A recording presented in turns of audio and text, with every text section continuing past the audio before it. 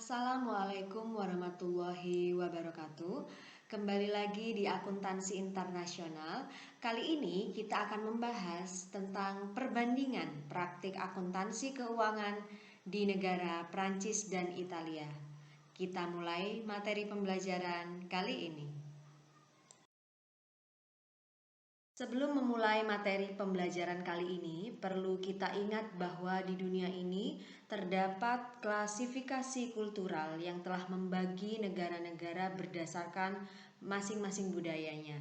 Nah, kalau kemarin kita sudah membahas tentang bagaimana di Amerika, di Inggris, dan lain sebagainya, kemudian kali ini kita akan membahas Prancis dan Italia yang kebetulan memiliki klasifikasi kultural yang sama, yaitu Latin Accounting, di mana ini adalah grup klasifikasi kultural yang terdiri dari beberapa negara maju dan negara kurang maju ya. Jadi ada negara yang maju adalah Belgia, Perancis, Argentina, Brazil, Spanyol, Italia.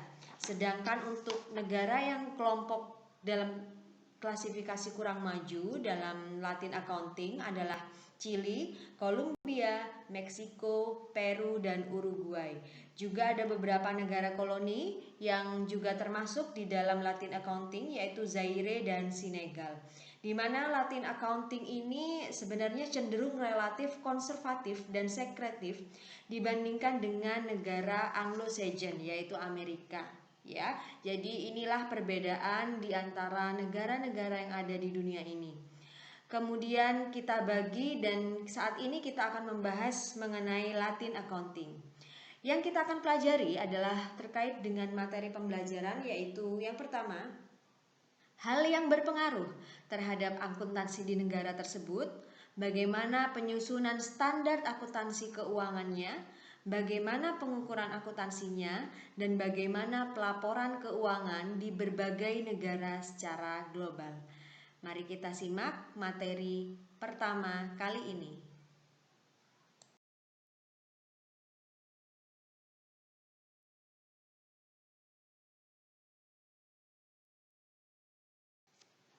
Materi yang pertama, kita akan membahas hal yang berpengaruh terhadap akuntansi di negara tersebut. Jadi kita akan membahas yang pertama, bagaimana Prancis. Ternyata sama seperti di negara Jermanik yang kemarin kita bahas, bahwa company law ternyata merupakan pengaruh utama terhadap perkembangan akuntansi di negara Prancis. Jadi memiliki keunikan sendiri memang Prancis karena lebih menekankan pada keseragaman dan menerapkannya lewat Standardized National Code of Accounting. Jadi memang diseragamkan untuk bagaimana pelaporan keuangan di sana dapat berjalan secara seragam gitu ya. Jadi sebagian dari company law dan compatible general itu tadi, Standardized National Code itu ternyata juga mempengaruhi bagaimana perkembangan akuntansi di negara tersebut. Nah, selain itu ada juga di negara Prancis itu yang berpengaruh adalah perpajakannya gitu ya. Jadi perpajakan juga memiliki peranan yang sangat penting dalam memajukan akuntansi di negara Prancis. Kemudian bedanya adalah profesi akuntansi di negara Prancis ini relatif kecil dan kurang berpengaruh jika kita bandingkan dengan negara-negara Anglo-Sajon. Jadi memang profesi akuntansinya juga tidak terlalu berpengaruh. Kemudian pasar modal di negara Prancis juga relatif cenderung memiliki peranan yang kecil juga terhadap perkembangan akuntansi di negara tersebut. Kemudian bagaimana dengan di negara Italia? Karena keduanya, Prancis dan Italia ini sama-sama di negara Latin Accounting, maka memiliki kesamaan nih terhadap hal yang berpengaruh terhadap akuntansi di negara tersebut gitu ya. Jadi sama seperti Prancis gitu ya, ada hal yang berpengaruh adalah company law-nya. Jadi kalau di Italia ada yang namanya the civil code gitu ya. The civil code itu mempengaruhi bagaimana praktik akuntansi di negara tersebut bisa berkembang gitu. Dan sama seperti negara Eropa kontinental lainnya, peraturan perpajakan di sini memiliki pengaruh yang lebih gitu ya terhadap praktik akuntansi di negara Italia.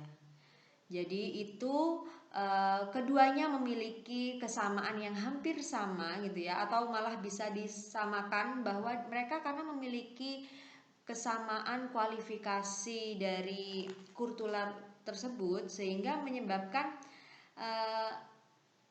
hal yang berpengaruh terhadap negara tersebut tuh sama, hampir sama, yaitu company law dan perpajakan. Itu adalah secuplik dari apa saja hal yang berpengaruh terhadap akuntansi di negara Prancis dan Italia.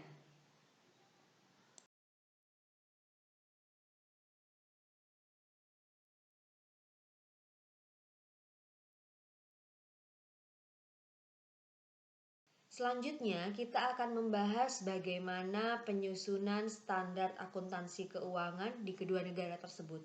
Kita mulai yang pertama dari negara Prancis.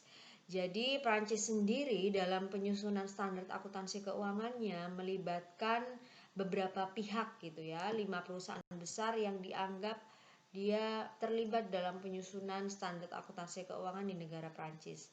Yang pertama adalah Badan Akuntansi Nasional, yang kedua adalah Komite Regulasi Akuntansi, yang ketiga adalah Otoritas Pasar Keuangan, yang keempat adalah Institut Akuntan Publik, yang kelima adalah Institut Nasional Undang-Undang Auditor, di mana dari kelimanya itu sudah mencakup berbagai elemen ya. Jadi ada profesi akuntansinya, kemudian bagaimana manajemen dalam suatu perusahaan, kemudian bagaimana perserikatan dagangnya atau persatuan dagang yang ada di sana, kemudian bagaimana kelompok-kelompok sektor swasta ikut andil dalam penyusunan standar akuntansi keuangan di negara Prancis, sehingga mereka menyusun suatu standar disepakati bersama oleh negara Prancis dan berlaku secara seragam itu tadi.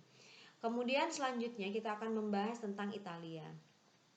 Jadi untuk negara Italia sendiri ada regulasi yang mengatur secara domestik bagaimana penggunaan standar akuntansi di negara tersebut.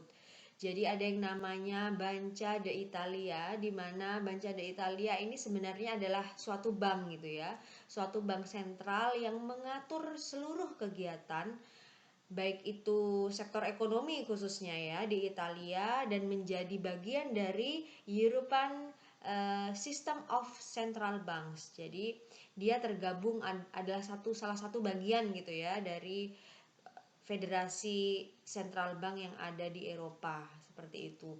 Kemudian ada juga Consob, di mana sebenarnya itu adalah Italian Securities and Exchange Commission. Jadi adalah komisi untuk pasar modalnya ya, lembaga yang berwenang untuk mengatur segala peredaran saham yang ada di Italia, di mana di sini Consob juga memeriksa bagaimana setiap laporan keuangan perusahaan itu yang akan masuk di dalam pasar modal, seperti menyaring seperti itu ya, bagaimana laporan keuangannya oke bisa masuk baru dilanjutkan masuk ke pasar modal di Italia seperti itu. Jadi itulah bagaimana penyusunan standar akuntansi keuangan di kedua negara tersebut. Jadi mereka tetap menggunakan standar akuntansi domestik yang dikaji berdasarkan kekhasan masing-masing negara tersebut.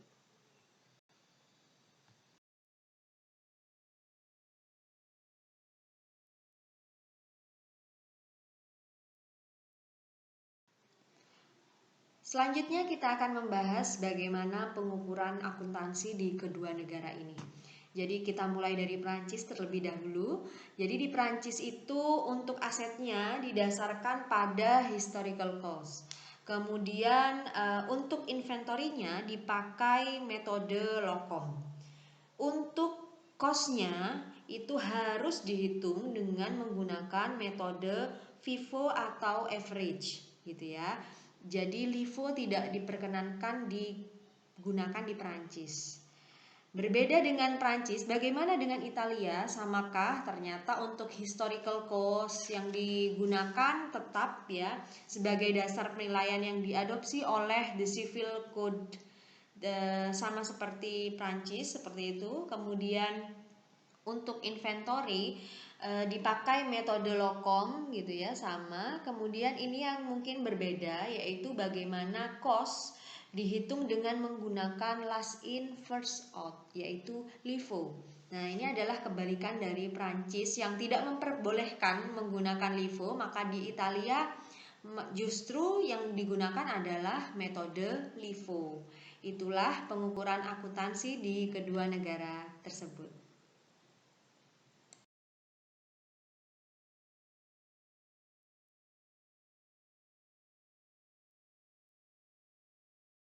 Terakhir, kita akan membahas bagaimana pelaporan keuangan di kedua negara tersebut. Kita mulai dari negara Prancis.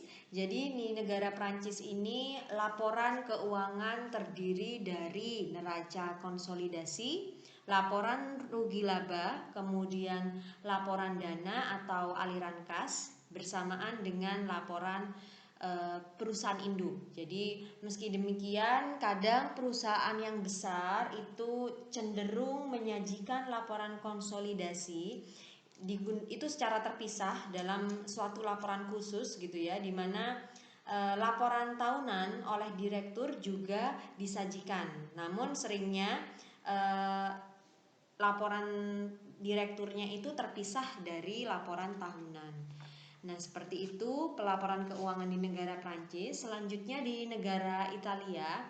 Di negara Italia ternyata laporan tahunannya terdiri dari neraca perusahaan induk, kemudian laporan rugi laba dan laporan tahunan direktur. Di mana laporan keuangan di Italia itu sangat detail dan dalam dua sisi gitu ya. Jadi laporan keuangan konsolidasi juga termasuk dalam laporan dana dan biasanya disediakan oleh perusahaan yang listing di bursa efeknya.